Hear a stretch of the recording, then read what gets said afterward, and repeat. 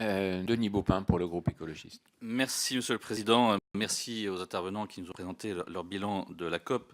Bon, l'histoire dira si 2015 est l'année du basculement. Finalement, à entendre le dépit de certains, finalement, on finirait par penser qu'en effet, cet accord est vraiment un accord extraordinaire qu'on a pu obtenir, parce que entendre ceux qui se présentent comme maintenant comme le parti des gaz de schiste, dont le président considère que l'environnement, ça commence à bien faire et qu'il regrette d'avoir signé le pacte écologique, venir ici donner des leçons en matière d'écologie et de respect des engagements en matière de gaz à effet de serre, c'est assez amusant. Donc visiblement, le dépit doit être profond. Moi, je pense en effet que cet accord est un accord très important, mais que s'il n'a été possible que parce que 2015 a été une année de basculement à bien d'autres égards, notamment en ce qui concerne le croisement des courbes pour le prix des énergies, la baisse du coût des énergies renouvelables et l'augmentation du prix des autres énergies, si bien que l'année 2015 aura été la première année où les investissements nouveaux en matière énergétique auront été majoritairement renouvelables, plus que l'ensemble des autres énergies. Donc on est sur un basculement qui est un basculement considérable. Mais c'est aussi un basculement sur la finance.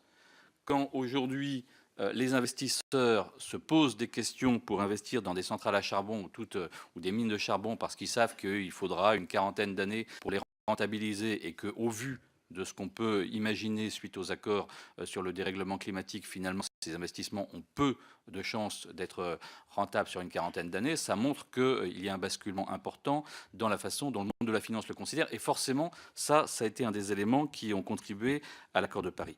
C'est aussi un basculement, et c'était évoqué par Ronan Dantec il y a quelques instants, par rapport aux collectivités locales. Quand des milliers de collectivités locales s'engagent sur le 100% ENR, 100% renouvelable en matière énergétique, là aussi, on a un basculement extrêmement significatif. Donc, il y a beaucoup de choses qui se passent et qui peuvent nous permettre de penser qu'on est peut-être enfin à ce moment où la communauté internationale, même si évidemment ça aurait été préférable que l'accord soit contraignant, etc. Mais évidemment, on pourrait tous penser que c'est mieux s'il y a plus d'action, mais d'ores et déjà qu'il y a un basculement. Et je pense que l'accord de Paris, c'est pas prioritairement un accord juridique, c'est un accord politique. C'est-à-dire que c'est un accord qui donne un signal que l'ensemble de la communauté internationale est engagée. Et franchement, Bertrand Pancher, je pense qu'avec ce qu'on a connu à Copenhague et l'échec, moi j'aurais du mal à penser qu'un échec à Paris aurait été un élément qui aurait été un électrochoc. Je crains plutôt qu'il aurait entraîné plus de désespérance. Donc ce que je voudrais dire, moi, à ce point,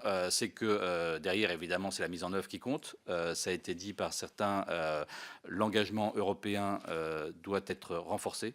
Il n'est pas aujourd'hui au niveau, notamment si on veut se fixer l'engagement de 1,5 degré. Ça veut dire donc qu'il faut renforcer les directives en matière de réduction des émissions de gaz à effet de serre, les directives en matière d'efficacité énergétique, les directives en matière de développement des énergies renouvelables. Il faut que nous, en France, on ait une programmation pluriannuelle de l'énergie qui soit à la hauteur de la loi de transition énergétique et de ses engagements de la COP de Paris, donc qui quelque part nous engage en tant que Français, et notamment donc à la fois sur la production énergétique et en ce qui concerne les questions de mobilité, parce que la mobilité reste un élément extrêmement important dans nos émissions de gaz à effet de serre, donc aller vers des véhicules qui soient des véhicules plus sobres et plus propres. Et enfin, évidemment, la question financière qui a été évoquée par beaucoup. Et je voudrais avoir votre sentiment sur une proposition qui est portée notamment par les Brésiliens, qui a été portée par un certain nombre d'États au cours de la COP et qui a fini par être inscrite dans le document, qui est le positive pricing, qui est l'idée qu'il faut avancer sur un prix du carbone, mais tant qu'on n'a pas réussi à avoir un prix universel du carbone, est-ce qu'il ne serait pas intéressant de donner une valeur économique à la réduction carbone? C'est-à-dire qu'en fait, et c'est beaucoup plus simple à faire quelque part, parce qu'il n'y a pas besoin que ça se passe au niveau de tous les pays. On peut commencer à le faire dans quelques-uns. On l'avait écrit d'ailleurs dans la résolution qui a été adoptée par notre Assemblée à l'initiative de notre président. Et donc, avoir votre sentiment sur le fait que comment cette dynamique maintenant pourrait s'enclencher d'ici la COP22 de Marrakech, pour qu'on commence à avoir des signaux que des mécanismes comme cela puissent réussir à se mettre en place pour, quelque part, donner des certificats, donc des financements supplémentaires sur toutes les actions qui permettent de réduire les émissions de carbone. Merci. Jacques Krabal pour le groupe 2R.